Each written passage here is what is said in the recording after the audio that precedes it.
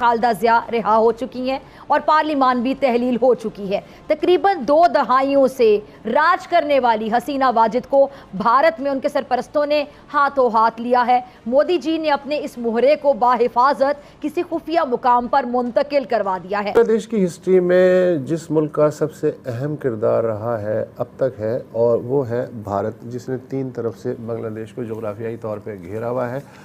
Dependency और जो तिजारत है वो ख़ासी करीबी किस्म की है। आप इससे अंदाज़ा लगा लें। बरतानिया ने बांग्लादेश की मुसाफी वज़ीर आज़म शेख हसीना वाजिद को सियासी पनाह देने से इनकार कर दिया है। बरतानिया के होम ऑफिस के तर्जुमान ने बताया कि जिन लोगों को बैनुल-अक़वामी तहफ़्फ़ुज़ की ज़रूरत है वो पहले इस महफूज मुल्क में पनाह का दावा करें। तलबा एहतजाज से मजबूर होकर मुस्ताफ़ी होने और भारत फरार होने वाली साबिक़ बांग्लादेशी वज़ीर आज़म शेख हसीना वाजिद आखिरी लम्हा तक इक़्तिदार छोड़ने को तैयार नहीं।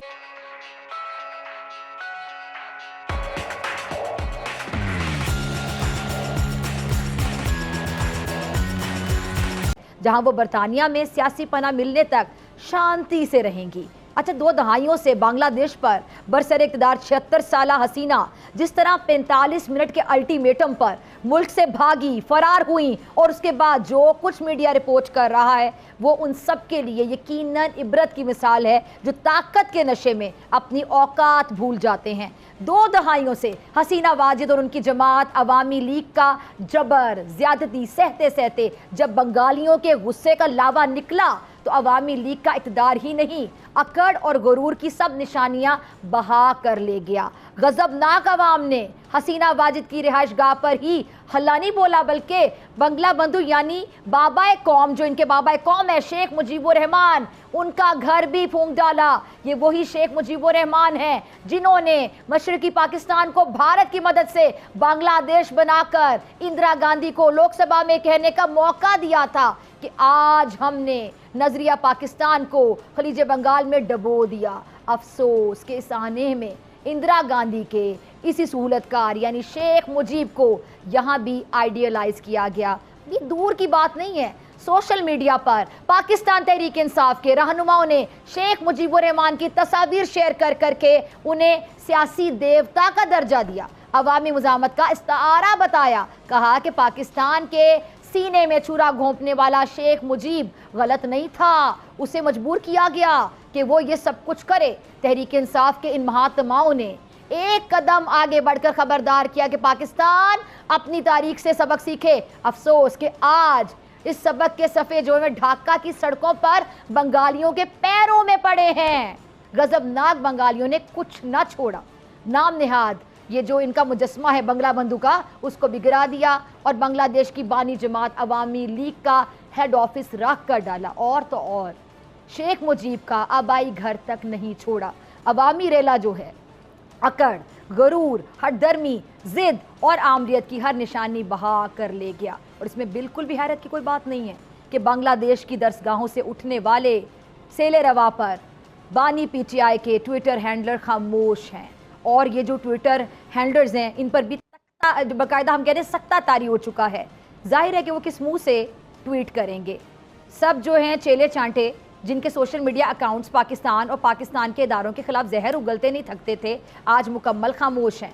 और ये वो खामोशी है जो किसी तूफान का नहीं बल्कि अफसोस का पेश खैमा है। कि सबसे बड़ी इंडस्ट्री बांग्लादेश में है। 38 बिलियन डॉलर का पिछले साल ज़र मुबादला उन्होंने रेडीमेड गारमेंट से कमाया, लेकिन जो उसके लिए कपड़ा आता है वो तकरीबन सारा का सारा भारत से आता है। इसके अलावा जो वहाँ मैंने खुद देखा है, जो ट्रांसपोर्ट के व्हीकल्स हैं वो सारे ऑलमोस्ट टाटा और बाकी जो कंपनियां हैं वो हैं। अच्छा, हत्ता के जो हिल्सा मछली है जो बांग्लादेश की बड़ी डेलिकेसी है, वो भी उनको नाकाफ़ी पड़ती है तो वो मगरबी बंगाल से मंगवाते हैं। अच्छा, सबसे बड़ा बॉर्डर भारत के साथ है ज़ाहिर है, तो जो क्रॉस बॉर्डर ट्रेड है वो भी आपका डिपेंडेंट है। नहीं, वो मैंने अर्ज़ किया ना कि वो सबसे ज़्यादा जो तिजारत है नेचुरली वो भारत के साथ है। अच्छा, फिर अवामी लीग का भी एक तारीख़ी ताल्लुक़ रहा है भारत से, बांग्लादेश की क्रिएशन से लेके अब तक। तो हमेशा से अवामी लीग की तरफ झुकाव ट्रेडिशनली ज़्यादा रहा है। लेकिन पिछले 48 घंटे में जो कुछ हुआ है, हम ये मान के चलते हैं कि चूँकि वो भारत का असर है वहाँ पे, लिहाजा उसका जो इत्तलाती नेटवर्क है वो भी मिसाली होना चाहिए, जो वहाँ की अंदर की नब्ज़ है उसका पता चलाता रहे। लेकिन जयशंकर साहब जो उनके वज़ीर ख़ारजा हैं, उन्होंने कहा कि ये अचानक इन्होंने आने का फ़ैसला किया है। इसका दूसरा मतलब ये हो सकता है कि जो इंटेलिजेंस का असेसमेंट था इंडिया का, शायद वो कहीं पीछे रह गया।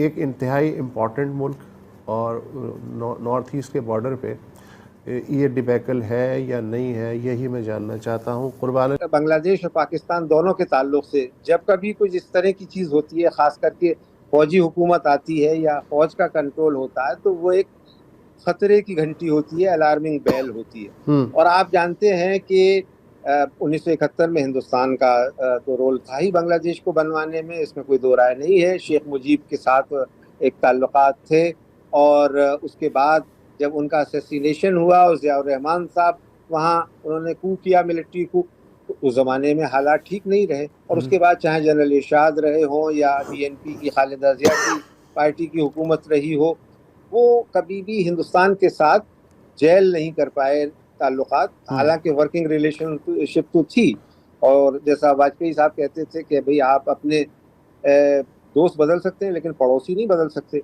तो बांग्लादेश और पाकिस्तान दोनों के साथ ही सूरत हाल है, और बांग्लादेश के लिए इसलिए ख़ास तौर से कि यहाँ जो अभी आप बता रहे थे मुझसे बातचीत शुरू करने से पहले अपने व्यूअर्स को या सुनने वालों को, कि इस तरह से हिंदुस्तान के ताल्लुकात हैं बांग्लादेश के कि दोनों के ऊपर, दोनों की एक दूसरे के लिए काफ़ी डिपेंडेंसी है। और उसमें ये है कि सिर्फ उतना ही नहीं बल्कि एक कल्चर का भी मामला है, एक ज़बान का भी मामला है, लिबास का भी मामला है, वो बहुत सारी चीज़ें हैं, और बिजनेस इंटरेस्ट ज़ाहिर है कि जुड़े हुए हैं ही। और पिछले 15 साल से शेख हसीना ने हिंदुस्तान के साथ इस तरह के ताल्लुकात उस्तवार किए कि कई बार चीन को भी थोड़ी नाराज़गी होती थी। हालांकि वो चीन के साथ भी बैलेंसिंग एक्ट रखती थी, और अभी कुछ दिन पहले भी वहाँ वो होकर के आई थी, लेकिन फिर भी हिंदुस्तान के साथ जो उनके ताल्लुकात थे वो काफ़ी बेहतर हुए इन 15 सालों में, और कई बड़े एग्रीमेंट हुए जो कि उनसे पहले की हुकूमतों के साथ मुमकिन नहीं थे। तो जाहिर है कि हिंदुस्तान के लिए ये एक जॉल्ट है, और ये लगातार एक हेडलाइन हिंदुस्तान के टेलीविज़न चैनल्स में चल रही है कि हिंदुस्तान के लिए ये कितनी बड़ी फिक्र की बात है, कितनी बड़ी चिंता की बात है।